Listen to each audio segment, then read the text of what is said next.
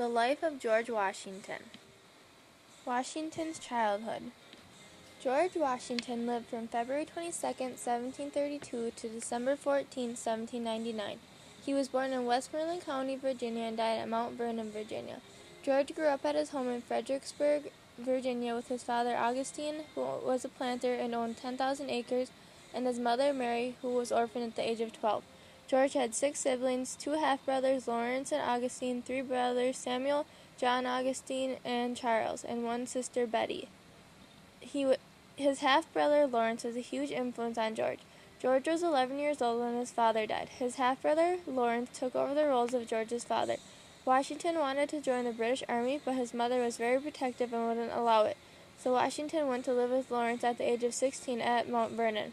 Although living with Lawrence didn't last long because Lawrence died shortly after from smallpox and tuberculosis. Washington then inherited the Mount Vernon estate. Washington's military career. Washington was schooled in colonial Virginia and never attended college. Washington was a very ambitious youth and good at math, which is why in 1749 he was appointed as surveyor for Culpeper County, Virginia. Shortly after, his ambitious side got the best of him. Before he knew it, he was involved in the army. In 1753, the French and Indian War was taking place.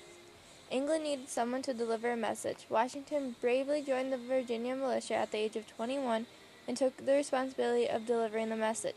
Washington was nearly killed by an Indian, but delivered the message shortly and returned back alive.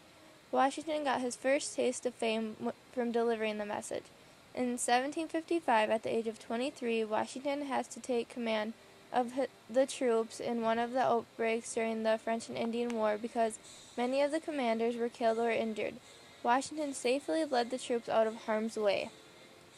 During his military career, he set his eyes on who would be his future wife, Martha Curtis. She was one of the richest widows around in that time. She had a great estate of 17,000 acres and 2 lovely children. Washington knew if he got his hands on the estate, he would soon be on top of things with popularity and social class. Although there was another woman that Washington had his eyes set on, but not many people knew about her. Her name was Sally Fairfax, and she was the wife of Washington's best friend. They had found letters between the two. Sally led Washington on for a long time until finally telling him she didn't want to be with him. So he got over her and married Martha. And their relationship really was true love after they got married. While serving in the House of Burgesses in 1759, the American Revolution broke loose. Washington felt exploited by the British and firmly voiced his opinion. When the Continental Congress came together in 1775, Washington, a Virginia delegate, was elected commander-in-chief of the Continental Army. On July 3, 1775, he took command of his troops. He was very smart when it came to war.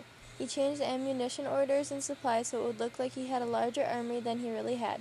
He let those papers fall into the hands of British spies so Cornwallis wouldn't attack because he would fear Washington's army would be too great.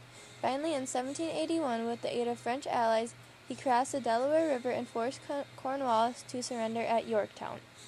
Washington's presidency. As you all know, Washington was the first president of the United States.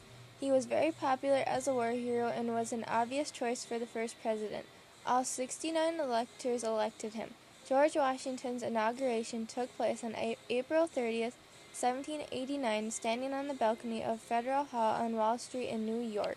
During his presidency, he created the cabinet. The first executive offices created under the president were the Secretary of State, the Secretary of the Treasury, the Secretary of War, the Postmaster General, and the Attorney General. These 5 officials, along with the president and the vice president, form the backbone of the United States cabinet.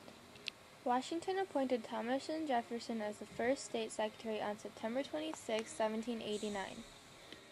Alexander Hamilton was appointed by Washington to serve as the first Treasury Secretary on September 11, 1789. Henry Knox served as the Continental War Secretary before the ratification of the United States Constitution, and Washington appointed him the first Secretary of War on September 12, 1780. Washington appointed his former aide-de-camp Edmund Randolph as the first Attorney General on September 26, 1789. The final cabinet-level position created by Washington was the Postmaster General. Washington appointed Samuel Osgood to the post on September 26, 1789. Some of the major accomplishments George Washington had during his presidency were he signed Jay's Treaty, which gave away the United States' rights to neutrality of the seas, allowing the British to search and seize anything they found on American ships traveling into ports of British enemies. In return, the British withdrew the outposts in the Northwest Territory. Also, in 1795, Pinckney's treaty helped relations with Spain by creating a boundary between the United States and Spanish-held Florida still. The United States was allowed to travel the entire Mississippi for purpose of trade. Washington also oversaw the ratification of the United States Bill of Rights. Washington decided to end his presidency on September 17, 1796. It was not because the people had voted him out, but because Washington did not want to run anymore. Washington's retirement. When Washington did not accept his third term, he retired to his Mount Vernon estate with his wife Martha, although he did not get a chance to retire long because he caught a very serious throat infection. The doctors were called immediately, but instead of making it better, they really made it worse. Back then, they had a procedure where they thought the body was out of balance, so in order for it to regain balance, it needed to be drained of what they thought was extra blood. The doctors used a little tube to prick Washington's neck, although this sent him into shock, and he died shortly after. His last words were to free all the slaves he has once the death of his wife Martha had come and passed.